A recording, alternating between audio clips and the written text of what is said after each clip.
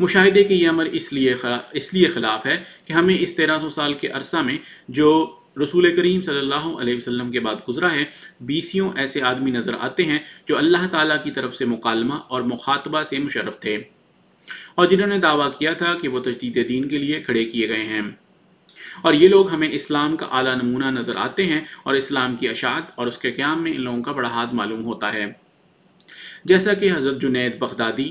حضرت سید عبدالقادر جیلانی، حضرت شہاب الدین سہروردی، حضرت بہاؤالدین نقشبندی، حضرت محی الدین ابن عربی، حضرت خواجہ معین الدین چشتی، حضرت شیخ احمد سرہندی مجدد الافسانی، حضرت شاہ ولی اللہ محدث دہلوی وغیرہم رحمہم اللہ اجمعین۔ بس ایسے لوگوں کے وجود اور ان کے کام کو دیکھتے ہوئے ہم کس طرح تسلیم کر سکتے ہیں کہ رسول کریم صلی اللہ علیہ وسلم کے بعد کسی مصلح کی ضرورت نہیں؟ حق یہ ہے کہ آپ صلی اللہ علیہ وسلم کے بعد بھی مصلح آ سکتے ہیں، اور آتے رہے ہیں اور آتے رہیں گے، اور اس وقت حالات زمانہ ایک بڑے مصلح کی خبر دے رہے ہیں، اور چونکہ اس قسم کے مصلح ہونے کے مدعی حضرت مرزا غلام احمد صاحب مسیح موعود ہی ہیں، اس لیے یہ امر ان کے صدق دعویٰ کی ایک بہت بڑی دلیل ہے۔ دوسری دلیل، شہادت حضرت سید الانبیاء صلی اللہ علیہ وسلم۔ پہلی دلیل سے تو یہ ثابت ہوتا تھا کہ یہ زمانہ ایک مصلح کو چاہتا ہے، اور چونکہ اور کوئی مدعی اسلام کی شوکت کے اظہار کا نہیں ہے، اس لیے حضرت اقدس مرزا صاحب علیہ السلام کے دعوے پر غور کرنے پر ہم مجبور ہیں، لیکن چونکہ حضرت اقدس علیہ السلام کا دعویٰ صرف ایک مصلح ہونے کا نہیں بلکہ آپ کا دعویٰ موعود مصلح ہونے کا ہے، یعنی آپ کا دعویٰ ہے کہ آپ مسیح موعود اور مہدی مسعود ہیں، اس لیے اس دعویٰ کی تائید مزید کے لیے میں ایک اور شہادت پیش کرتا ہوں، اور یہ شہادت سرور کائنات حضرت محمد مصطفیٰ صلی اللہ علیہ وسلم کی ہے، اور بنی نوع انسان میں سے آپ صلی اللہ علیہ وسلم کی شہادت سے زیادہ اور کسی کی شہادت قابل قبول ہو سکتی ہے۔ اس میں کوئی شک نہیں کہ مسیح کی آمد ثانی کا عقیدہ اسلامی زمانے سے شروع نہیں ہوا، بلکہ یہ عقیدہ امت موسویہ میں سینکڑوں سال بعثت محمدیہ سے پہلے کا رائج ہے، لیکن اس میں بھی کوئی شک نہیں کہ اسلام نے اس عقیدے کے بعض ایسے امور کو منظم کر دیا ہے جن کی وجہ سے یہ عقیدہ اسلام کے اہم عقائد میں شامل ہو گیا ہے، اور وہ باتیں یہ ہیں۔ مسیح موعود کے زمانے پہلی بات، مسیح موعود کے زمانہ میں ایک مہدی کے آنے کی خبر دی گئی ہے، جسے گو دوسری احادیث میں للمہدی الا عیسیٰ، ابن ماجہ کتاب الفتن باب شدت الزما مطبوعہ بیروت 1988 کہہ کر مسیح موعود کا ہی وجود قرار دیا گیا ہے، مگر اس پیش گوئی کی وجہ سے مسلمانوں کو مسیح کے وجود سے ایسی قومی وابستگی ہو گئی ہے کہ جیسا کہ ایک اپنے ہم ملت بزرگ سے ہونی چاہیے۔ نمبر 2، مسیح کی آمد کو اسلام کی ترقی کا ایک نیا دور قرار دیا گیا ہے، اور اسی کی آمد کے وقت تک دیگر ادیان پر غلبہ اسلام کو ملتوی کیا گیا ہے۔ نمبر 3، مسیح علیہ السلام اور مہدی علیہ السلام کو ایک قرار دے کر مسیح علیہ السلام کی آمد کو آن حضرت صلی اللہ علیہ وسلم کی آمد قرار دیا گیا ہے، اور اس کے دیکھنے والوں کو آن حضرت صلی اللہ علیہ وسلم کے صحابہ اور اسی طرح عاشقان رسالت مآب کے دل میں مسیح علیہ السلام کا انگیز شوق پیدا کر دیا گیا ہے۔ نمبر 4، ایک خطرناک اور پرآشوب زمانہ جس کی خبر نہایت منظر الفاظ میں آن حضرت صلی اللہ علیہ وسلم نے دی تھی، اور جو اپنی ہیبت ناک اثرات سے اسلام کی جڑوں کو ہلا دینے والا ثابت ہونے والا تھا، اس کی آفات کا ازالہ اور آئندہ ہمیشہ کے لیے اسلام کے محفوظ کر دینے کا کام مسیح موعود علیہ السلام کے سپرد بتایا گیا تھا۔ پس مسیح موعود کا انتظار مسلمانوں کو اسی طرح ہو رہا تھا جیسا کہ ایک رحمت کے فرشتے کا ہونا چاہیے۔ رسول کریم صلی اللہ علیہ وسلم کی یہ الفاظ کہ کیف تہلک امتن انا فی اولیہا والمسیح فی آخریہا، کنز الامال،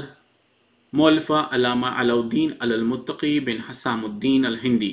البرہان النوری المتوفی 975 ہجری، جلد 14 صفحہ 269، روایت 38682، مطبوعہ حلب 1975 عیسوی میں المسیح کی بجائے عیسیٰ ابن مریم کے الفاظ ہیں۔ وہ امت کس طرح ہلاک ہو سکتی ہے جس کے شروع میں ہوں اور آخر میں مسیح ہوگا؟ بہی خواہیں نے اسلام کو مسیح علیہ السلام کی آمد کے لیے بےتاب کر رہے تھے، کیونکہ وہ دیکھتے تھے کہ اس کی آمد کے بعد اسلام چاروں طرف سے مضبوط دیواروں میں گر کر شیطانوں کے حملوں سے ہمیشہ کے لیے محفوظ ہو جائے گا۔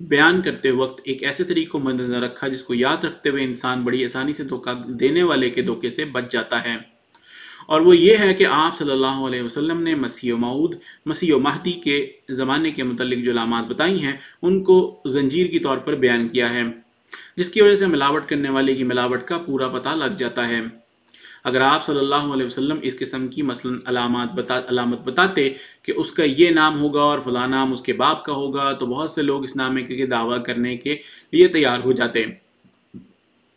بس آپ صلی اللہ علیہ وسلم نے اس قسم کی علامتیں بیان کرنے کے بجائے جن کا پورا کرنا انسانوں کے اختیار میں ہے، اس قسم کی علامتیں بیان فرمائیں جن کا پورا کرنا نہ صرف یہ کہ انسان کے اختیار میں نہیں بلکہ وہ سینکڑوں سال کے تغیرات کے بغیر ہو ہی نہیں سکتی۔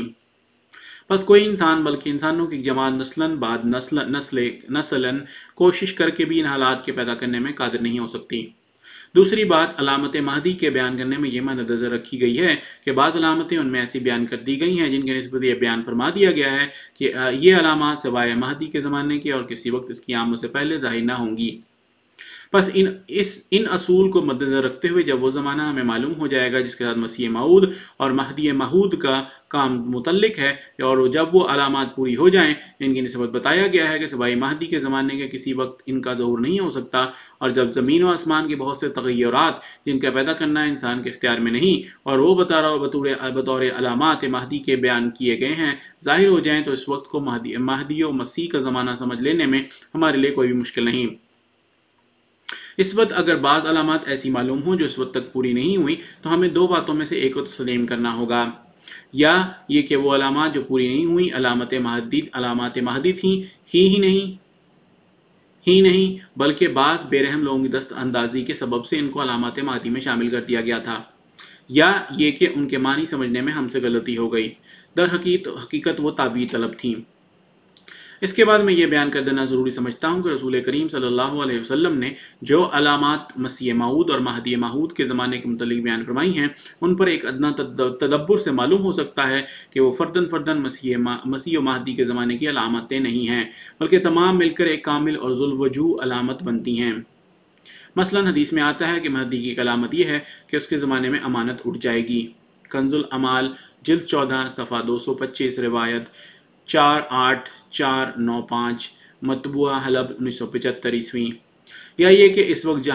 جہالت ترقی کر جائے گی، ابن ماجہ کتاب الفتن باب اشراط الساعہ۔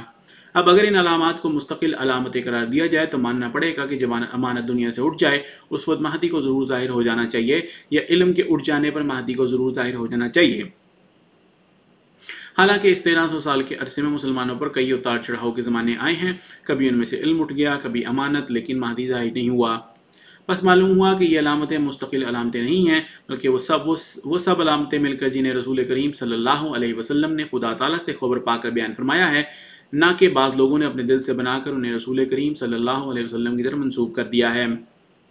مہدی موعود کے زمانے کی علامتیں ہیں ایک علامت اور زمانوں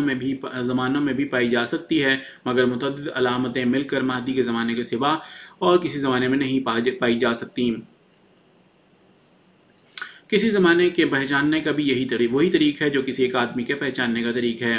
جب ہمیں کسی ایسے شخص کا پتہ کسی کو دینا ہو جس کو اس نے پہلے نہیں دیکھا اور جس کا وہ واقف نہیں، تو اس کا یہی طریقہ ہے کہ ہم اس کی شکل اور اس کے قد اور اس کے رنگ اور اس کی عادات اور اس کے کمالات اور اس کے متعلقین کے نشانات اور اس کے گھر کا نقشہ وغیرہ بتا دیں۔ مثلا یہ بتا دیں اس کا قد لمبا ہے اور رنگ سفید ہے اور جسم نہ دبلا ہے نہ موٹا اور ماتھا چکلا ہے اور نہ ناک بالا ہے اور آنکھیں موٹی موٹی اور ہونٹ موٹے موٹے ہیں اور تھوڑی بڑی ہے، اور وہ عربی کا مثلاً عالم ہے اور مسلمانوں میں سے ہے، اس کی قوم کے لوگ مثلاً اس کے دشمن ہیں، اس کے اخلاق نہایت اعلیٰ درجے کے ہیں، اس کا گھر اس شکل کا ہے کہ اس کے ارد گرد کے گھر اس شکل کے ہیں۔ اگر اس قدر علامات بتا کر ہم کسی شخص کو کسی گاؤں میں بھیجیں تو اس شخص کا پہچان لینا اور باوجود لوگوں کے دھوکہ دینے کے اس کا دھوکہ نہ کھانا بالکل سہل امر ہے۔ اگر کوئی خاص زمانہ بتانا ہو تو اس کے پہچانوانے کا یہی طریقہ ہے کہ اس زمانے میں مثلاً آسمانی کروں کی کیفیت اور ان کا مقام بتا دیا جائے، زمین کے اندر تغیرات جو اس وقت ہونے والے ہوں وہ بتا دیے جائیں، اس وقت کے جو سیاسی حالات ہوں وہ بتا دیے جائیں، اس وقت کی تمدنی حالت بتا دی جاوے، اس قسم کی مذہبی حالت بتا دی جاوے اور ایک قسم کی علمی حالت بتا دی جاوے، اس قسم کی علمی حالت بتا دی جائے اور اخلاقی حالت بتا دی جائے، اس وقت کے تعلقات مابین الاقوام بتا دیے جائیں، اور اس وقت کی ترقی ترفع یا اس کے وقت کی غربت کی حالت بتا دی جائے، اور زمانے کے میل و ملاپ کے طریق اور سفر کے ذرائع پر روشنی ڈال دی جائے۔ اگر ان حالات کو بیان کر دیا جائے تو پھر ایک شخص جس کو پہلے سے اس زمانے کے حالات بتا دیے گئے ہیں اس زمانے کو پا لے تو یقیناً وہ اس زمانے کو دیکھتے ہی پہچان لے گا، اور اس کا پہچاننا اس کے لیے کچھ بھی مشکل نہ ہوگا،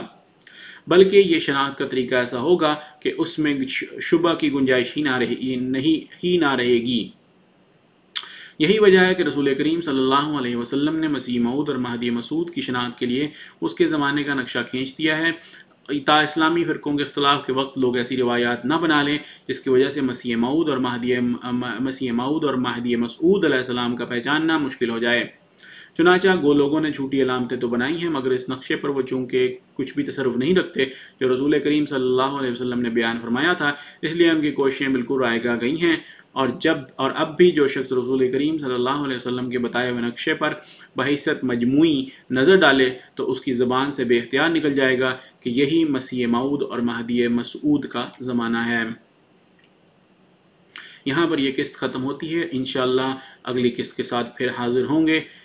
تب تک کے لیے اللہ حافظ، السلام علیکم ورحمۃ اللہ وبرکاتہ۔